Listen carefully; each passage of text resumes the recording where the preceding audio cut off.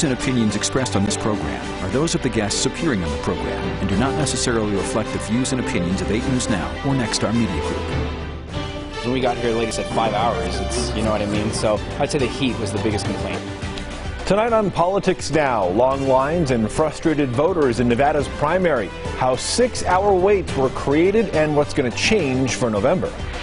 There's 2 issues that people care about, feeling safe and ultimately getting our economy back on its feet. We break down the new faces you'll see on the Clark County Commission, the congressional races, and some of the interesting down-ballot races. Plus, so he puts out false allegations defaming me on city letterhead. I don't know. I think that's pretty wrong. Las Vegas Mayor Pro Tem Michelle Fiore once again at the center of controversy. The statements she's alleged to have said and her strong response. From 8 News Now, this is Politics Now. A primary election with mail-in balloting, still long lines as Nevada turned out for the primary. Thank you for joining us here. I'm John Langler. Now, some people waited as long as 7 hours to vote in the primary. 3 open locations for in-person voting in Clark County all saw much bigger turnout than expected. Thought maybe 1 hour most. I would never have even came out, to be honest, if I knew it would be 5 hours, and I saw a lot of people just leaving and giving up halfway through. It was really demoralizing. Why do it? Why still wait? Because it's time for a change. We need a change, and I'm here to make sure that this change is happening. So the primary was all mail-in because of the coronavirus pandemic. But on Election Day, there were 3 locations open in Clark County. And there, people could register and have their ballot printed out. Well, thousands showed up, much more than Clark County expected. Registrar of Voters Joe Gloria says they did the best they could with the situation. It's unacceptable, the length of the lines that we had voters. We thank voters for their patience, and we thank our staff for the diligence they put in processing those voters. We will definitely make it better for the general election. A part of the reason for the slow going was all the cleaning that was done after voters were inside and they were not wearing protective gear. Now, for the general election in November, Gloria says the state will move back to the way Nevada normally votes in person. Democratic Senator Catherine Cortez Masto tweeted the long wait times for the primary is exactly why she supported a Democratic lawsuit to expand from more than 1 in-person polling location. Now, as those long lines indicate, turnout was very good for a race with no governor, no president or senator on the ticket. Turnout statewide, 27%, about 436,000 voters. Now, that could go up as more ballots postmarked by Tuesday start to come in. Here in Clark County, 258,672 ballots have been returned for a turnout of 22.7% so far. So let's talk about some of the big races. Now, again, bear in mind these are not going to be final results. So far, only about 300,000 votes have been counted of the 430,000 plus that have been received. We're going to have some unofficial final results on Tuesday. The official results are next Friday. Nevada's 3 Democratic incumbent members of Congress appear to be cruising to easy wins in their primary. So let's take a look at who they'll face in the general election.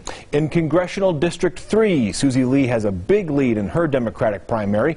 And it looks like she'll face former pro wrestler and businessman Dan Rodheimer. He has key endorsements from House Minority Leader Kevin McCarthy and the NRA. He has a big lead in the Republican primary over former State Treasurer Dan Schwartz. Here's what Lee said about the general election. I think that the numbers coming out of Congressional District 3 are showing a decent amount of turnout in the early number, the early return votes. So I'm excited. I think voters are energized to turn out in this election, and November is going to be the same. We're going to see a good turnout, and that's exactly what we're going to need. In Congressional District 4, incumbent Stephen Horsford has a healthy lead over his Democratic challenger. And at this point, it looks like he's going to face former Assemblyman Jim Marchant. He has a lead over Sam Peters and Lisa Song Sutton. Here is what Horsford and Song Sutton said about the race on election night. The number one issue that people still talk to me about is health care, the cost of health care. Obviously, the pandemic has made that even worse. We have people who are still struggling to pay for their prescription drug that they need to stay well. this district in particular, we have a lot of veterans and a lot of military families. We have Nellis Air Force Base, Creech Air Force Base, and the Hawthorne Military Depot. Myself, I come from a military family. My father is a Vietnam veteran, and so my emphasis would certainly be on vets and their VA care. All right, let's now look at a few Nevada legislative races. Republicans trying to cut into the overwhelming Democratic majority. The race for Nevada Senate District 7 pits Assembly members Ellen Spiegel and Richard Carrillo against former Democratic Party Chair Roberta Lang. Lang had the endorsement of Harry Reid and the Culinary Union, but as you see there, doesn't appear to be enough. While it looks like Ellen Spiegel will pick up that seat, there are still a lot of votes to count. This seat was previously held by a Democrat. A Republican incumbent is going down in this Assembly primary. Looks like Chris Edwards is going to lose to Annie Black, who sits on the Mesquite City Council. The closest race is in the Democratic Assembly District 20 primary. Now, this is the seat Spiegel is leaving. David Orentlicker she got a slight lead on Emily Smith. He's a law professor over at UNLV and a physician. Smith is CEO of the Nevada Blind Children's Foundation and a founder of the Nevada Blind School. The other big races were for the 2 open Clark County Commission seats, and it looks like those will be filled by some familiar faces. Clark County Commission District C, that seat being vacated by Larry Brown. The top Democrat there will face Stavros Anthony, who's on the Las Vegas City Council, in the general election. Right now, it's Ross Miller, former Secretary of State, who leads that race. In second is former Dina Titus aide Hunter Kane. The model's changed, obviously, but the messaging is pretty clear. You know, I think it's obvious that there's really only two things that people care about. One, they want to feel safe, and we're seeing the impact of how unsafe people are feeling. We've got to get order restored here, and we've got to make some serious revisions to the criminal justice system, and make sure that we fix what's wrong here. And second, we've got to get people back to work. I'm not just running for Clark County Commission C. I'm running to have this be the most diverse commission in history. So I'm running to be the very first openly LGBTQ candidate in Clark County's history, the first African American candidate for District C. I'll be the very first licensed foster parent on the Clark County Commission, and then I'll be the very first veteran to serve on the commission in nearly 30 years. So it's a lot of diversity that I'm hoping to bring there and to help a lot of underserved communities.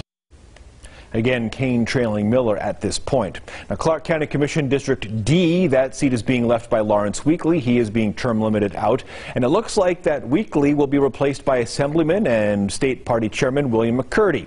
Former State Senate Majority Leader Mo Dennis is trailing in second place. Here's McCurdy. I think that racial equality and racial equity, if I may add, will be at the top of everyone's minds.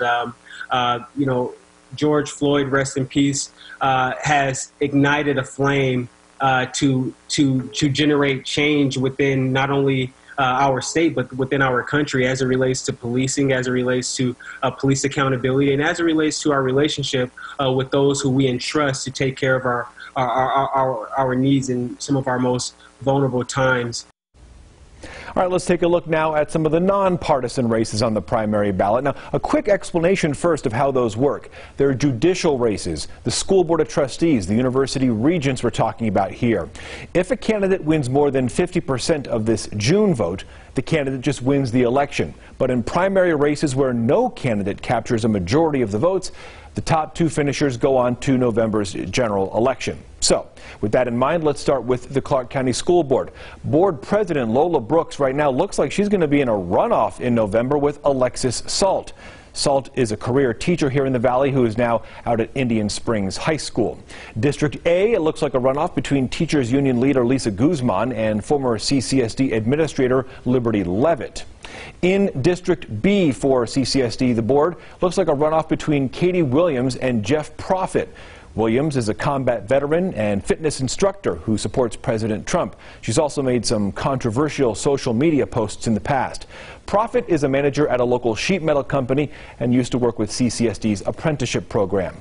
Now on to the judicial races. Just 2 incumbents appear to be unseated in those contests. District Court Judge Richard Scotti is behind, as you see there, in his race, but that does appear to be going into a runoff.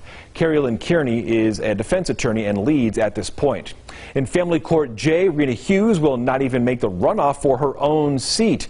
Hughes was reprimanded by the state's Commission on Judicial Discipline. Scott McDonald leads. He's a private attorney.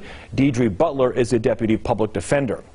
William Voy is on the cusp of retaining his seat in the primary. This is for Family Court District or Department A. This was an interesting race because Cheryl Ann Wingate, who you see in second place, is Voy's sister-in-law. Gail Nathan in third place accused Wingate of getting into the race to help out Voy, and it looks like that strategy may have worked. Nevada starts to trim its budget. I wish we weren't faced with this difficult situation. And I wish I didn't have to deliver this news. Next on Politics Now, Governor Steve Sisolak announces budget cuts, furloughs, and layoffs for state employees. And the discussion of pardons for people with low-level marijuana convictions. It's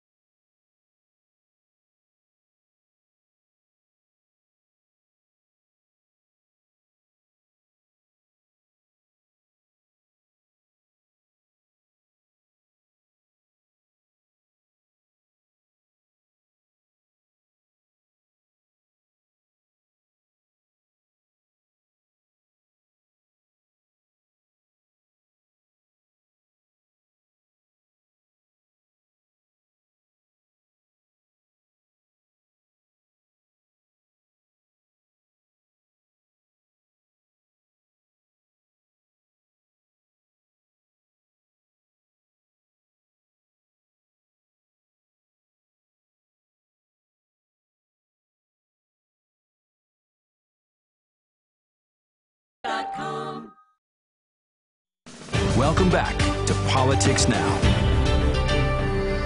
Nevada's budget shortfall is going to mean layoffs, furloughs, and a freeze on merit raises. Governor Steve Sisolak now projects the 2021 budget is going to have a $1.3 billion shortfall. The governor expects 50 layoffs in the next fiscal year at the state level. That's down from early projections as high as 450. 1 furlough day a month is in place potentially for all state employees starting in July. A freeze on merit salary increases as well is being considered. Governor Sisolak posted this message to state employees on YouTube. Believe me, I wish we weren't faced with this difficult situation. And I wish I didn't have to deliver this news. But it's important that you hear the information from me. As you probably expect, after learning of our shortfall in fiscal year 2020, our anticipated budget deficit for fiscal year 2021 is even more severe. Sisolak says, though, he is not touching employees' health insurance or retirement funds. Governor Sisolak also says now he will ask the Pardons Board to consider pardons for low-level marijuana convictions, specifically people convicted of possessing less than an ounce of pot. The governor says the people of Nevada have decided possessing small amounts of marijuana isn't a crime. A pardon would not overturn those convictions, but what it would do is restore rights like voting, running for office, and would allow those people to work in industries that a conviction would normally prevent. The Pardons Board meets next week, and it consists of Governor Sisolak, the justices on the state Supreme Court, and Attorney General Aaron Ford. Las Vegas Mayor Pro Tem Michelle Fiore is once again at the center of controversy and criticism. It started when the Clark County GOP asked her to apologize for a racially charged comment at last week's convention. Then Las Vegas City Councilman Cedric Creer sent that letter to Mayor Carolyn Goodman, asking for Fiore to be demoted from her leadership position. The letter mentions the convention and what was allegedly said. Creer wrote in part, while a recording is not surfaced, multiple witnesses quote the councilwoman as saying, quote, "I am a white woman and I should not lose my job because of their black blank word." The comments happened while Fiore was talking about affirmative action. At a press conference, Fiore apologized for offending anyone, then pointed out no video of the speech has actually surfaced. I never, ever want to portray or have anyone believe that there is a racist bone in my body. Actions always speak more than words, and in my almost 50 years of being here, my actions are very clear on equality. Fiore called Creer's letter 100% false. Councilman Creer told us a lot of people were upset by Fiore's alleged comments. I've gotten a ton of calls and emails and texts from people in my community that are tired. They're just fed up with this type of rhetoric, and there's just no place for it. Mayor Goodman says she is investigating the comments. The state Republican Party is also looking into them. Calls to defund the police. Coming up next here on Politics Now, what activists told the Congressional Black Caucus, what it actually means, we'll explain. Plus, I'm Alexandra Limon in Washington. The extra $600 a week that Americans are getting in unemployment benefits expire next month. Coming up, I'll tell you what lawmakers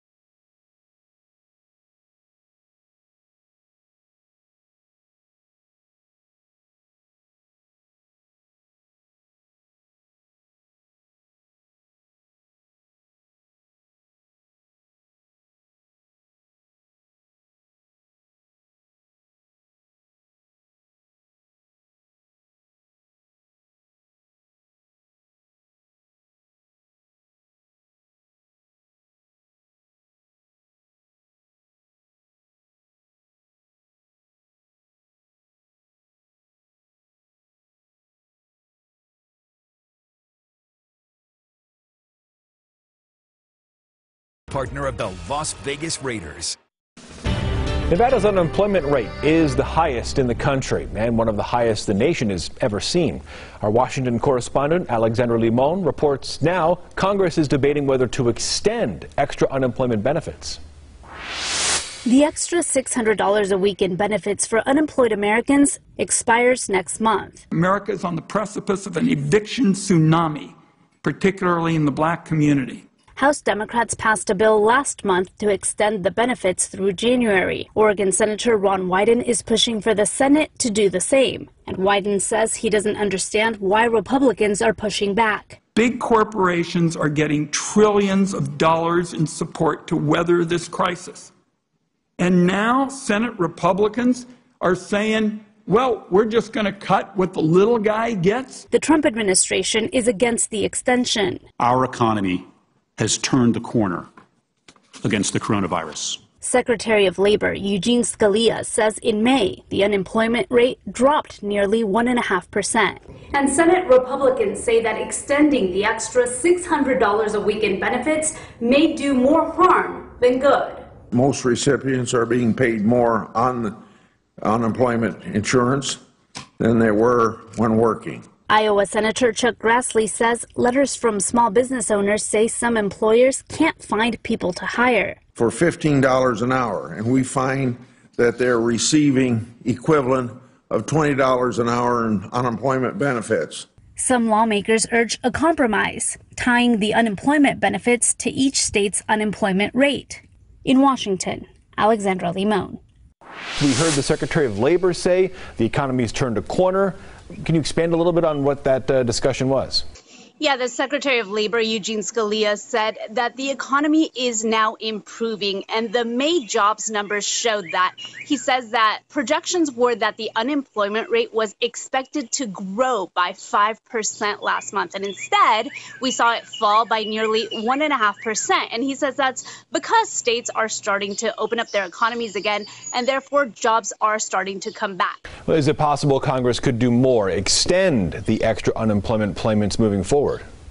Well, that's what Democrats want. They want to keep those $600 a week extra in unemployment benefits going through the end of the year. And the U.S. House already approved the HEROES Act, which is another really large economic package, which includes extending those $600 payments through the end of the year. But there's really, virtually no chance that the U.S. Senate is going to approve the HEROES Act. We heard the possibility of maybe a compromise bill being able to come from Congress that maybe lowers the amount or ties the amount to a state-specific unemployment rate so that it's different in every state. But it's going to be pretty tough for Senate Majority Leader Mitch McConnell to call any bill to the floor to extend unemployment benefits because, again, Republicans say that in some cases, people are getting more in unemployment payments now than they would be if they return to work. So they say the federal government has essentially become a competitor for some of these businesses that are trying to open up again. And they say that in the long term, that's going to hurt the U.S. economy. That's why Republicans are pretty hesitant to call any such bill to the floor and vote on extending unemployment benefits once again. So are we talking just hesitation or stalemate here between Congress and the Senate on this? Right now, it sounds like more of a stalemate.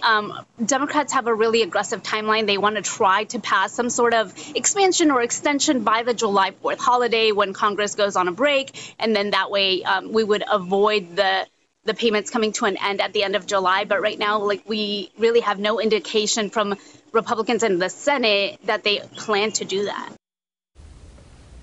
Me again.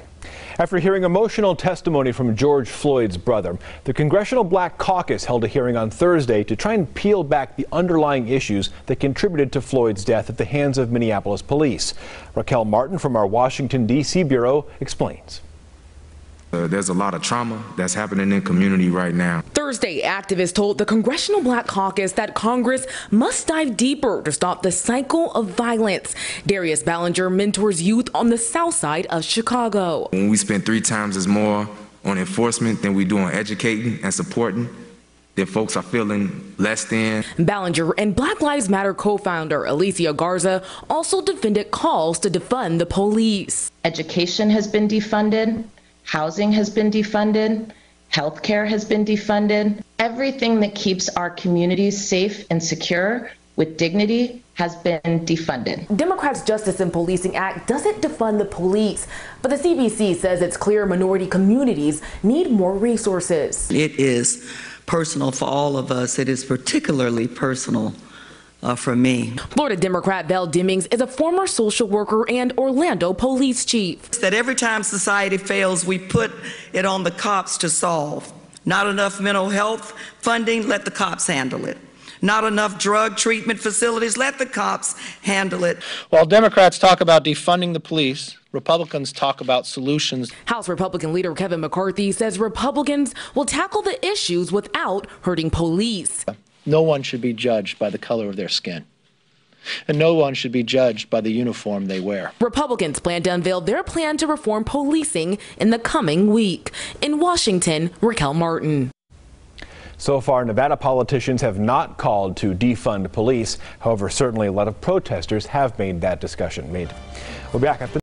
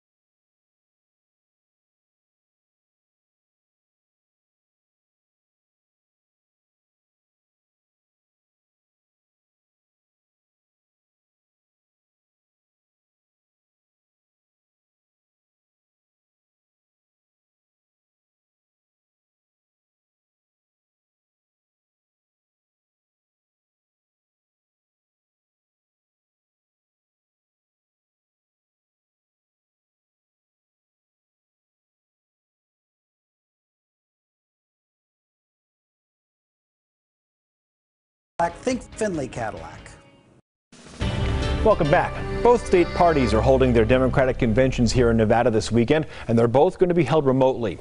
Minnesota Senator Amy Klobuchar is going to be the keynote speaker for the Democrats. Former Senator Harry Reid and the congressional delegation are also speaking. The state convention is where they pick delegates for the presidential nominee and then vote on party platforms. Republicans are also going to have a virtual convention despite attempts to hold an actual one in person at Harrah's Lake Tahoe. The governor and the Gaming Control Board told them, though, they're still limited to just 50 people. State Party Chairman Michael McDonald and the executive board are still going to meet in Lake Tahoe, and then that's going to be broadcast all around the state. They already have voted to bind their delegates to President Donald Trump. We'll keep an eye on all of that, certainly moving forward. Thank you for watching Politics Now. We'll check up with you next week. Thanks for watching.